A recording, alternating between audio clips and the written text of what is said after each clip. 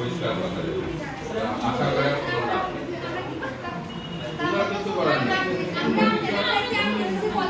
আমার এখানে এখন আমরা তরফে তো আর কিছু করার নেই।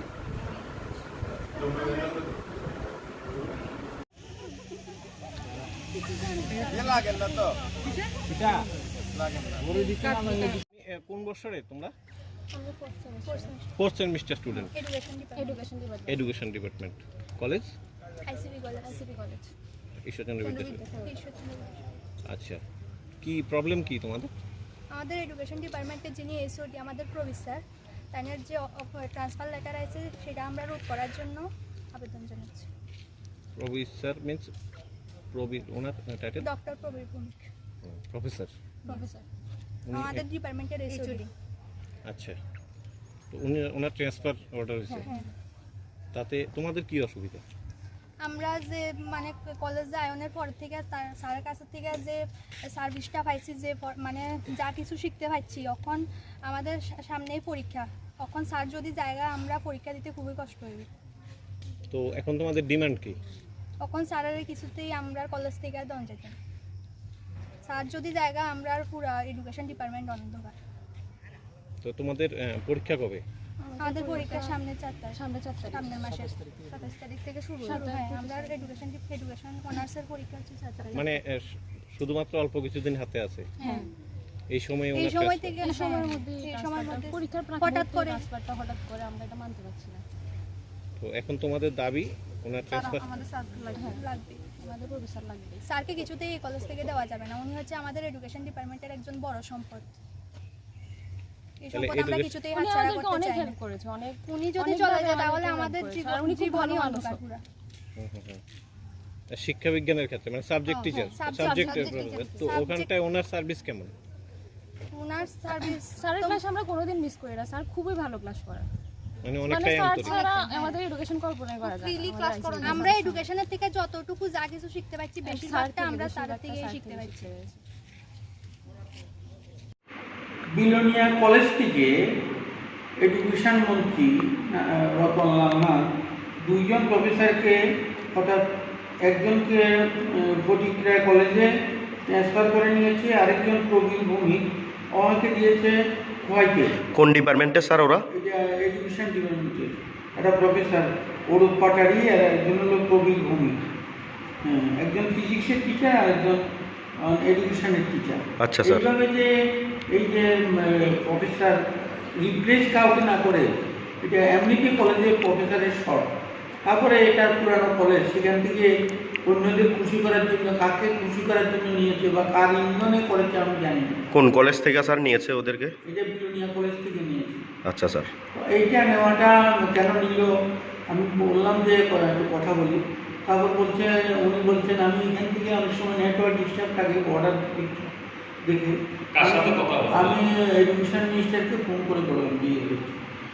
আমি বড় বলাতে উনি বলছে যে ধমক দিয়ে কথা বলবেন। আমি কেন আমি ধমক দিচ্ছি? আমি ধমক দিচ্ছি না, তো এখান থেকে নেটওয়ার্ক ডিস্টার্ব থাকে, আপনি যাতে শুনতে পারেন তার জন্য আমি বড় বলছি, ধমক দেওয়ার কী আছে? আর এইভাবে নেওয়াটা তো ঠিক হয়নি। এখানে তো এটা পুরানো কলেজ, এখানে 1892-তে বিটিআই হয়েছে, ব্রজেন্দ্র এডুকেশন ইনস্টিটিউশন। শিক্ষা দীক্ষা বিলোনিয়া, আমরা গর্বিত বিলোনিয়ার লোক হিসাবে। আমি MLA হিসাবেও এখানকার বিলোনিয়ার ছাত্র হিসাবেও আমি গর্বিত। এখানকার মানুষ, অধিকাংশ মানুষ উচ্চশিক্ষিত মানুষ। তো আজকে শিক্ষামন্ত্রী আপনাকে কি বলেছে ফোন করার পরে? শিক্ষামন্ত্রী আমার সঙ্গে খুব বাজে ব্যবহার করেছে। কি বলেছে উনি? আমাকে বলেছে যে ধমক দেবেন না, ধমক দিলে আমি কোনো কাজ করে দেবো না। হ্যাঁ, উনি তো আমার এইভাবে বলতে পারেন না।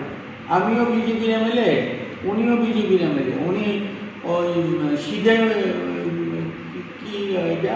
মোহনপুরের লোক, আর আমি জোলাইবাড়ির লোক অরিজিনালি। আমি আগরতলায় বাড়ি করেছি। আমি আগরতলায় 1975 থেকে আমি ওকালতি করি। আমি 77-এ গাই বাছুর প্রতীক নিয়ে আমি লড়াই করেছি বিশ্বমুক্তি, অল্প ভোটে হেরে গেছি। আমি তো অল্প CPM-এর এগেইনস্টে লড়াই করছি। ওনার মতো ওই শ্রমিক বন্ধনের হয়ে তোলাবাজি করিনি আমি। শ্রমিক বন্ধনের পুষ্যপুত্র ছিল, তাদের জন্যই তো এখানে 25 বছর সাবার করেছে। ইজ অলসো পার্টি, উনি বিজেপিতে জয়েন করার আগে 4বার গুয়াহাটি গেছেন ওনাকে মন্ত্রী করতে হবে দাবি করে। আমাদের এগুলো আমরা যাতে শান্তিতে থাকতে পারি তার জন্য আমি বিজেপিতে গেছি। যখন দেখলাম যে বিপ্লব দেব আসার পরে ত্রিপুরাতে একটা সাড়া পড়েছে, তারপরে বিজেপিও আমাদের নরেন্দ্র মোদীজিও ত্রিপুরার প্রতি একটা নজর দিয়েছে, তখন আমরা ঠিক করলাম আমি রতন চক্রবর্তী চৌধুরী আমরা ডিসকাশন করেই বিজেপিতে জয়েন করেছি। আমি 2016 জুন এখানে বিপ্লব দেবের হাত থেকে বিজেপি। তো আজকে রতনলাল নাথ আপনাকে কি বলেছে? রতনলাল নাথ খুব বাজে ব্যবহার করেছে আমাকে, বাজে কন্ট্রোল করে। হ্যাঁ, আমি যেন ওনার সাবঅর্ডিনেট অফিসার। এরপর প্রেক্ষিতে আপনি কি করছিলেন? আমি বলতে চাই এটা উচিত না, ওনার থেকে এডুকেশন মিনিস্ট্রিটা অন্য কাউকে সরিয়ে দেওয়া হোক। সুশান্ত চৌধুরীও দিয়েছে হাইলি এডুকেটেড পার্সন, অথবা আমাদের যে স্পিকার আছে উনিও highly educated person Ratan Chakraborty, এরকম কাউকে দেওয়া হবে। এডুকেশন ডিপার্টমেন্টে অ্যাবসলিউটলি একজনের উপর দায়িত্ব থাকা দরকার।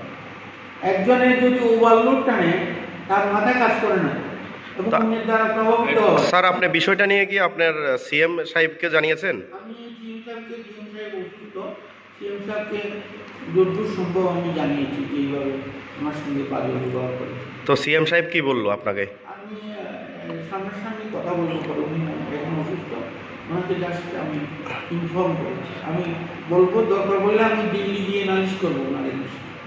ই should be remove from Delhi. আর শিক্ষামন্ত্রী দ্বিতীয়বার আপনাকে ফোন করে কি বলছে আবার? আমার সঙ্গে ভালো ব্যবহার করেন, বাজে ব্যবহার করেন। আর হাইকোর্টে আপনার যে বলেছিলেন যে হাইকোর্টে আপনি মামলা করবেন, কি বিষয় স্যার? দরকার পড়লে আমি ওনার কৃষি সম্পত্তির জন্য আমি সিবিআই এনকোয়ারি চাইব। কার কৃষি সম্পত্তি? এই রতনলাল নাথের। এডুকেশন যে মিনিস্টার, ওনার কি কাজে সন্তুষ্ট না? হ্যাঁ, ওনার কাজে কি সন্তুষ্ট না এডুকেশন ডিপার্টমেন্ট? আমি কি করে সন্তুষ্ট হব?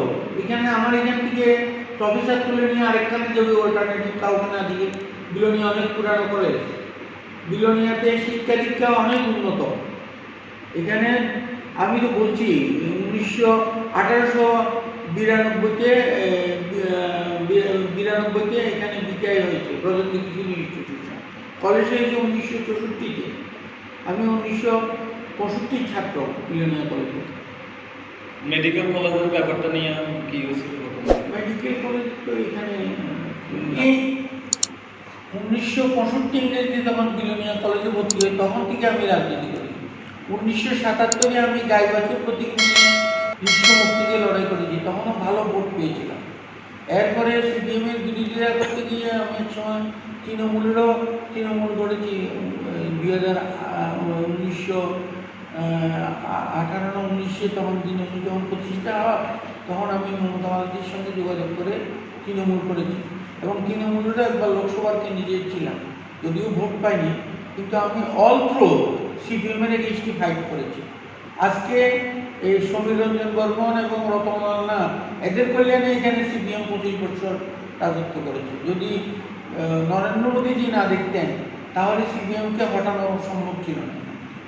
নরেন্দ্র মোদীজি যদি তখনকার ডে টু ডে খবর নিতেন এবং বিপ্লব বাবুকে পাঠিয়ে এখানে লড়াই শুরু করেছেন।